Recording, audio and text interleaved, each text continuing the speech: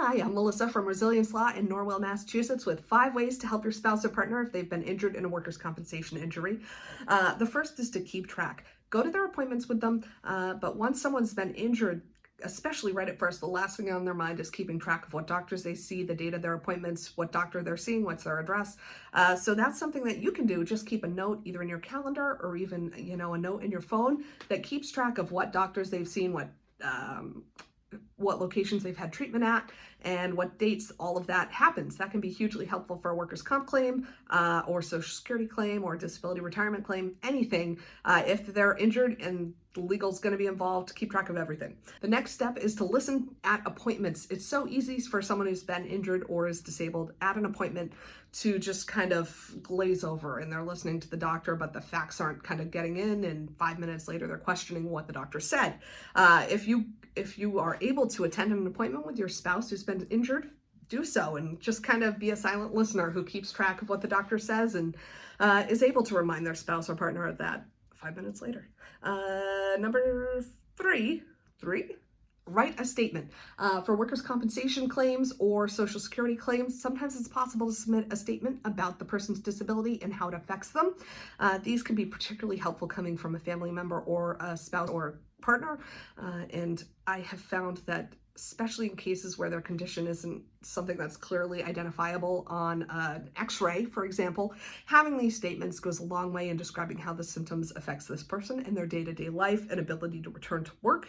Number 4 is to be a cheerleader. A huge percentage of people who suffer a life-altering work injury have subsequent depression or anxiety. A lot of people I see who are injured are the work 80 hours a week type of people, that work is their life, it's their hobby, it's what they love to do. And suddenly they're not able to do that for a period of time, maybe forever. And so, depression and anxiety are really common with that. So as a spouse or a partner, you have a kind of unique insight into how someone's feeling and how they're handling things.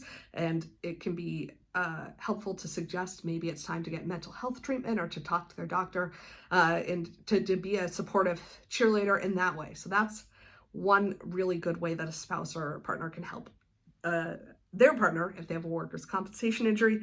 And then my last is a do and don't, and it's to be helpful. I have many claims where the client is successful because their spouse is there with them every step of the way, where the wife comes into the appointments or a boyfriend is there making sure that all the medical records get submitted to the lawyer.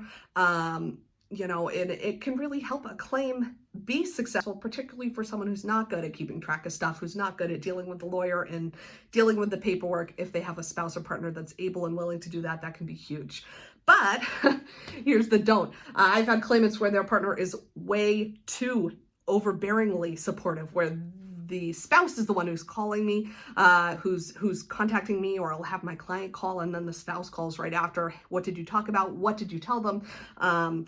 It ultimately is the injured worker or disabled the person with disabilities claim. It's not the spouse's claim. So I'm willing to work with a spouse, but as a helper, not as the leader of the claim.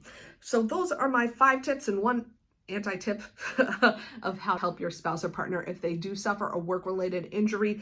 Be supportive, be there for them, keep track of things, and hopefully help them have the best possible resolution of their workers' injury claim and their medical condition as well. Thank you. My name's Melissa at Resilience Law. Give me a call if you need any help with this stuff. Thank you.